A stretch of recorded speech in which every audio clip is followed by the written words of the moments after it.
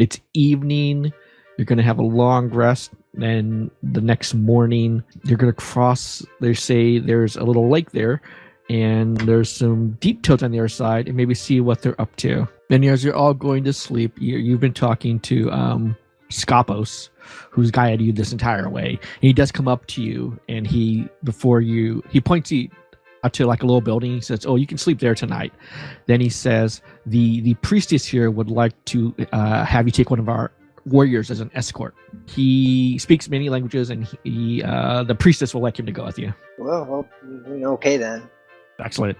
And there's like a lot of action over by the riverside, and Scapos is waiting for you to come. This is it. Okay. And he points to a pretty big warrior, and he points to him and says, "This is one of the priestess's finest warriors here. His name is Falch'ek. He's a pretty big Sahuagin, pale skin, big eyes, but he has like a tattoo on his arm of like a spear." You split up into two canoes, and you're rowing down the river. You enter the lake, and he like does motion to like keep it quiet, and you land. You approach an opposite side. You start seeing like a couple little buildings there. It appears to be abandoned. Yeah, and you get a view. The colors are a bit different here. It's not green. It's more, you can see like purplish blue. There's these little squat buildings. You see giant toadstools, and you spot like a little island, it seems, off to the shore. Yeah, let's start by looking at the houses and we can... Well, in the stills of looking inside this building, Griff's gonna open the door and just head inside. Inside the door, it's like a basic kind of muddy, damp interior. It's kind of waterlogged too. There's like maybe an inch of water on the floor, but you do see a hole in the corner going down. It looks like it goes down maybe 8-9 feet, and you see a floor down there. Well, we'll keep note of that, I guess. Unless anyone really wants to investigate the hole first. No, let's keep looking at these houses. There's another house right here. The door's on that side. We'll enter this house. Sure. Go right in. It's just like the blast room. Just a plain little kind of muddy room. And this one also has a hole in the floor. All right. Well, let's do like a quick poke through these doors just to make sure there's no one hiding in any of these places. How deep is this lake or river? It's pretty shallow, like a foot or two off, maybe out to like 4 or 5 feet. But then it looks like it gets really deep. It sounds like it's pretty fast running water in the middle. Do we still have rope? Because I'm a pretty good swimmer. I could take a rope to the other side. So you're gonna swim a rope across the little stream here? Put a piton in the ground, tie a rope to it, and then I'll swim across. You're gonna jump in the water? Yeah. Okay. So we'll just say as soon as you step into the water, Starly, Avia, you pretty much hear immediately a really loud, like just rippling and smashing here, and you see just 3 pretty big toad-like figures start to rise up out of the water. I'll put my hands up. I'm gonna nudge Raj with my elbow. You got this. Mm-hmm. Oh, hellos. Oh, so I was assuming this is one of the underground me people. But they don't look like that. No, these are like weird wild toad creatures. Yeah. Surrendering is not logic. They are wild animals. Yeah. Okay. And everyone must roll initiative. Okay, so yeah, Avia, immediately like these big gross toads rise up out of the lake and just start croaking at all of you. And they don't sound happy. Does anyone understand them? If they are beasts, I would understand their noises. They are hungry, want to eat you. Asked and answered. Okay, well that clears any ambiguity. Yeah, exactly. So, in that sense, I will shoot an arrow at the lovely blue dot one. That hits. And because it is next to my ally, that will be 12 damage total. And then I am going to run around the corner here, and I'm going to hide. Before engages come to light, we'll move in to attack this one with the blue dot. Oh, that misses. And the second attack. That hits. I'm gonna cast Eldritch Blast on the blue one. It's definitely slouching in pain. I am going to summon a tentacle and have it attack the red one. It swings, but it seems to pass right through the toad, doing no damage whatsoever. It is the toad's turn. This first one here, as you're staying next to it, it just starts to radiate this immense blast of freezing energy, and both Starly and Griff take 4 cold damage. It's then going to take a bite at Griff. It did not like being hit. Actually, I'll have him use that armor's ability to up his AC to 18 for this. It will miss. The second toad is going to shuffle down here. Then take a bite at Starly. Hit, and you are grappled. This big one is going to jump off the shore, out of the river, and lands right next to you. It's going to take a bite at you, too. You duck below its gigantic head as it tries to bite you. Roger up. I'm not entirely sure how close I am to this thing. So I'm going to play it safe and try to tumble away from it. Okay, so it gets disadvantage, right? Yeah. You tumbled out of its reach. Now it's Starly's turn. I am going to bonus action wild shape into a draft horse, so now I am large size. Let's see, where is Falch'ek? Here he is. He shouts, I will save you. I jabbed his spear at the big one there. And he hits twice, so he does 15 damage. I will peek around the corner there and try to hit. Let's go for the red one. It hits. And I'm actually going to use my Whales of the Grave so that it will do damage to the blue dot one. Okay, Griff will cast Hex on this blue one and attack. Second one does hit. Like the first one kind of bounces off its hide, but the second one lands. It's like bleeding out of its body. You cut it a bunch of times, and it's just like blood's pouring out of its mouth. It looks in bad shape. Okay, I am going to cast Acid Splash on the blue and the big one, because it can target 2 things as long as they're within 5 feet of each other. Right. It will fail and take 5 acid damage. I'ma try my tentacle attack. Hits! Once again, it passes through. There's no effect. Starly, you are within its range of its cold. You take 4 cold damage. You're rolling pretty good on that. It's to take a bite attack at you. It misses. You dodge out of the way. The second toad, Starly and Griff, are in its cold damage range. It's Starly, you take another 5 cold damage. Griff, you take 6 cold damage. And then it's going to take a bite attack at Griff. You take 9 piercing damage as its teeth just start to grind into you. And you are grappled. Are you looking bad yet? I've got a giant frog's teeth in my arm, but apart from that, I'm peachy. Yeah, that's fine. Okay. I'm going to bonus action the skull near the big one and cast a level 3 inflict wounds through it. Okay. That hits. 28 to plus 16. Oh, it takes the full brunt of that.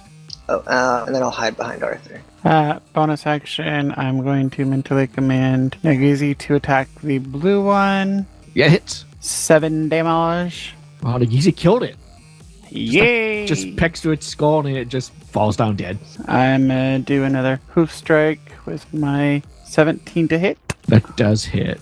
Falch'ek's gonna keep attacking the big one. Second one hits. I am going to do that lovely roguey thing where I pop my head out and shoot. Hit. So transfer the Hex over. And you drive your sword right between its eyes and it falls down dead. You already know what's gonna happen. Eldritch Blast! Vicious mockery. You kill it. You just mock it to death, and it slumps on the ground. And now right here on the beach, there's like just 3 just quickly like decomposing, smelling giant toad corpses. Kind of messy, gross actually. Does anyone want to loot them? Before that happens, can I use Animate Dead on one of the corpses? Black ink like blood swarms into its body and into its mouth, and then it animates with black eyes. And you all see one of these dead toads just lurch back to undead life. Do we have to kill it again? No, don't worry. That's me. It's now with one of us. Okay. I surely thought someone would say something about me animating a corpse. I mean, Griff has feelings on that, but he'll keep his feelings in his chest and one day he'll die. You're jumping back in the water with the rope? Yeah. That's fine. So now there's a rope across that you can all use to pull yourself across. That'll be fun for the horse. It's about 4 cycles walk. Are you ready? You prepared? I know. I think, Look at Starly. Shall we leave? Falch'ek starts heading north. And yeah, Falch'ek keeps leading you through this fungal forest. And eventually you come to an area where the path starts to die out. And he says, okay, we must be very careful now here. We're approaching their hideous dig site. And you can make out in front of you, it looks like, imagine like a coal dig site where they just dig this spiral into the ground. So you just see this spiraling ramp heading down. You see at the bottom, there is like a door, and you see 2 of those bullywugs there. Across the way, there's a camp. It's like another bullywug. And you see a little dude who looks a lot like Rod, except he's blue-skinned, white-bellied, and just hunched over that like a little fire over there. Falch'ek's saying, this is it. This is where they are digging with these humans. Twice a day, they emerge with more stone they've excavated, which he points to like the northeast, which they dump in that direction, and they change the guard. So if we can get north of the camp just enough to set up a scene with our zombie friend and an illusion of a lizard guy, and that could be the distraction. Like the zombie is trying to get the lizard guy, and then when all of the deep toads go in to investigate, they want the lizard guy. I make the lizard guy run, but then vanishes because he's an illusion, and then they just go looking for him for a while. Like vanishes like behind a toadstool or something. Right. I say we get hidden, we keep the zombie here for now. And then once we're hidden, we send the zombie up and just go for it. I will stay with Raj in case things go south. Raj and Starly, as you start heading over, you're like going to swing wide to the south and then to the east. You both find like fungus stalks to hunker down behind. And the rest of you wait quietly. Maybe just like an hour passes. Falch'ek perks up a bit. It's happening soon. Quiet. You hear it down below, like the doors swing open. 2 more of these deep toads emerge, and they're one's pushing, one's pulling this cart, and they start making their way up the ramp. And there's activity up to the northern side too. The deep toad moves off to the edge, and like the smaller one goes to like watch on the edge too. They're moving, they're proceeding along slowly. You definitely see they're not very fast. They kind of just lumber along at maybe 20 feet per round. Probably, maybe. What are you doing? I'm gonna message Arthur to maybe hold on the zombie. Or do you see them start to, eventually they arrive at the trash pile, and they start to dump out the trash. Actually, 2 are dumping out the trash. 1 goes to sit by the fire. As they're dumping out the trash, I'll use, thaumaturgy or prestidigitation, whichever one lets me make a little noise. I think they both do. I'll make a rustling noise around to this side and create silent image, or use silent image to create a lizard man, like a big strong one, but like maybe on hard times. 1 points at your illusion.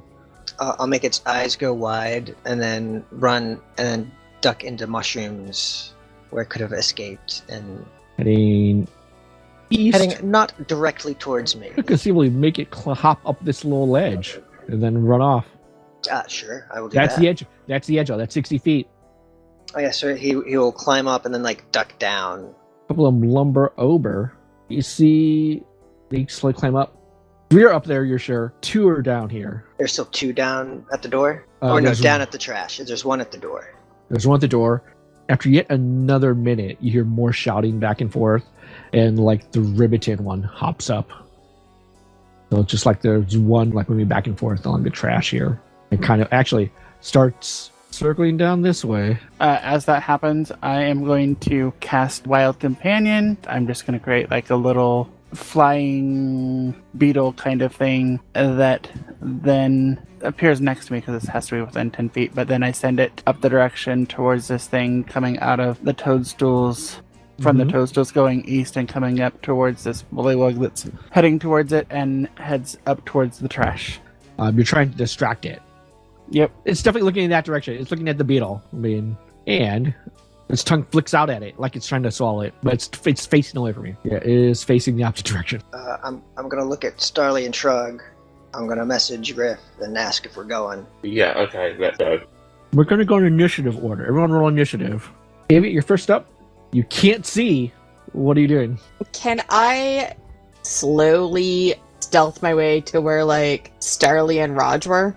I am going to message Raj and ask if it's time for the distraction. I am casting Longstrider on myself, and then I'm moving my 40 feet down towards the lone deep toad in the hole. Okay, Griff's going to move. I will reply. This became a speed mission. We're just running. I'm gonna try and pacify the guy at the door, and we're just gonna go in.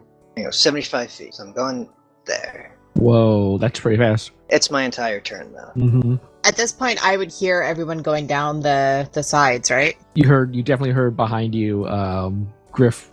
So I'm just going to go in a straight line down, and that gets me there. You're leaping. You land right there. It is once again the deep toad's turns. They're poking around. Raj, you hear it's you're picking out the voices. You hear what you think is that deep Ribbiton just shout very loudly and sharply, and all the other ones fall quiet. Okay, probably fine.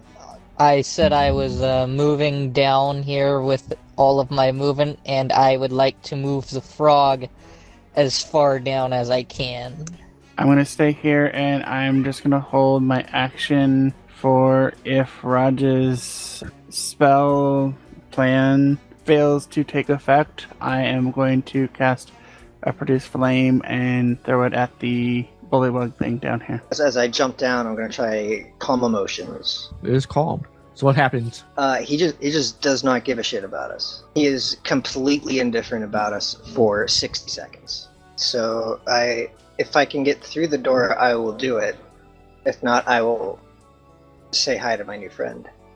Griff, you see Falch'ek pull out his spear from like its holster on his back.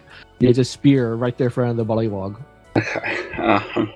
What will Falch'ek do? If I'm right there, do I have anything left to like just put my hands up or anything? You can do that, yeah. You clip your hands. I put my hands and like shake my head. You want to attack. So then I will come down and I will stand with Raj and Griff. I'm gonna dash down here, and I'm gonna have my corpse follow me. We'll open the door. The door is locked. I will take out my thieves' tools. And you unlock the door. And it swings inward into darkness. You're going? Yeah. Okay. You are off the map. Yeah, Griff will head inside. I will also head inside the door. Going inside. You look at the door. Your toad's not going to fit. Aww. I'm gonna have him stand in front of the door, guarding it, but I am going to let Starly through when it's his turn. I will go inside and relay to everyone that the others seem to be returning about their duties. They didn't seem like they were heading down towards where we were. Okay, but in about a minute, that dude's gonna remember we came in here. Oh, and yeah, my frog couldn't fit, and it'll probably serve as a bit of a distraction once it loses control. That is excellent. We should probably just run, though. I'd say it's gonna lose control in about 30 minutes to an hour. Oh, they're gonna see it and kill it before that. You say that, and 6 seconds. What are you doing with your next 6 seconds?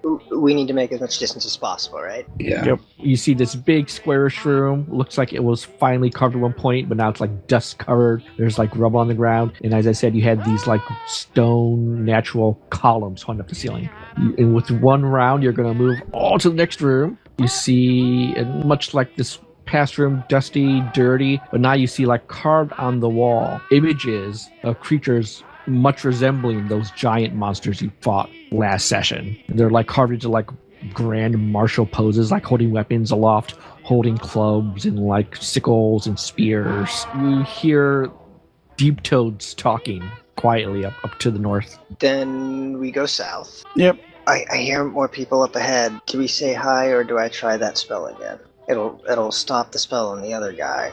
Do we try to stealth down to the south, or do we try to say hi? I say we try to say hi. If that doesn't go well, I zap him with the spell and we keep running.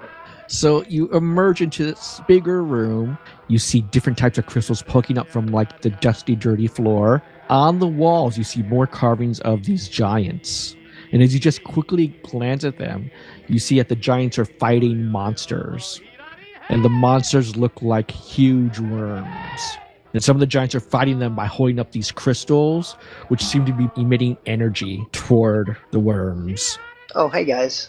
As you run in, immediately looking at you, you see one of the deep rivitons and one of the deep toads. And there's a human there, a human woman. And she immediately looks furious at your presence. Well, I will step forward and say, oh, hey. She shouts something in the deep toad language. And at you all, you're going to die. Oh. And that's where we're going to leave off for this evening. I don't think that went well.